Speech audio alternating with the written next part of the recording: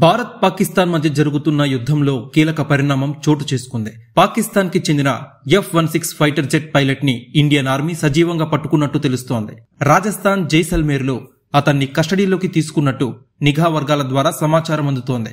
దీనిపై మరికొద్దిసేపట్లోనే అధికారిక ప్రకటన కూడా రాబోతుంది. మరోవైపు ఆపరేషన్ సింధూర్ రెండో రోజు కొనసాగుతోంది. భారత్ పాకిస్తాన్లోని లాహోర్, సియోల్కోట్, పాకిస్తాన్ రాజధాని ఇస్లామాబాద్ నగరాలపై అటాక్ ప్రారంభించింది. అక్కడి పాకిస్తాన్ క్షిపణులు, డ్రోన్లని ధ్వంసం చేస్తుంది. మరోవైపు పాకిస్తాన్ జమ్మూపై హమాస్ తరహా డ్రోన్ దాడులకి దిగుతోంది. అయితే భారత వాయుసేన పాక్ ప్రయోగించిన దాదాపు 8 క్షిపణులు, డ్రోన్లని కూల్చివేసింది. మరోవైపు భారత్ పాకిస్తాన్ మధ్య ఉద్రిక్తతలు మరింత ముదురుతున్న వేళ అనేక రాష్ట్రాలు అప్రమత్తమయ్యాయి. సరిహద్దు జిల్లాల్లో ఇప్పటికే విద్యుత్ సరఫరా నిలిపివేశారు. పాఠశాలలు మూసివేశారు. పోలీస్ సిబ్బంది, ఇతర అధికారుల సెలవుల్ని రద్దు చేశారు. ముఖ్యంగా జమ్మూ కాశ్మీర్తో సహా పంజాబ్, హర్యానా, రాజస్థాన్, ఢిల్లీ, గుజరాత్, పశ్చిమ బెంగాల్, బీహార్ రాష్ట్రాలు చర్యలు చేపడుతున్నాయి.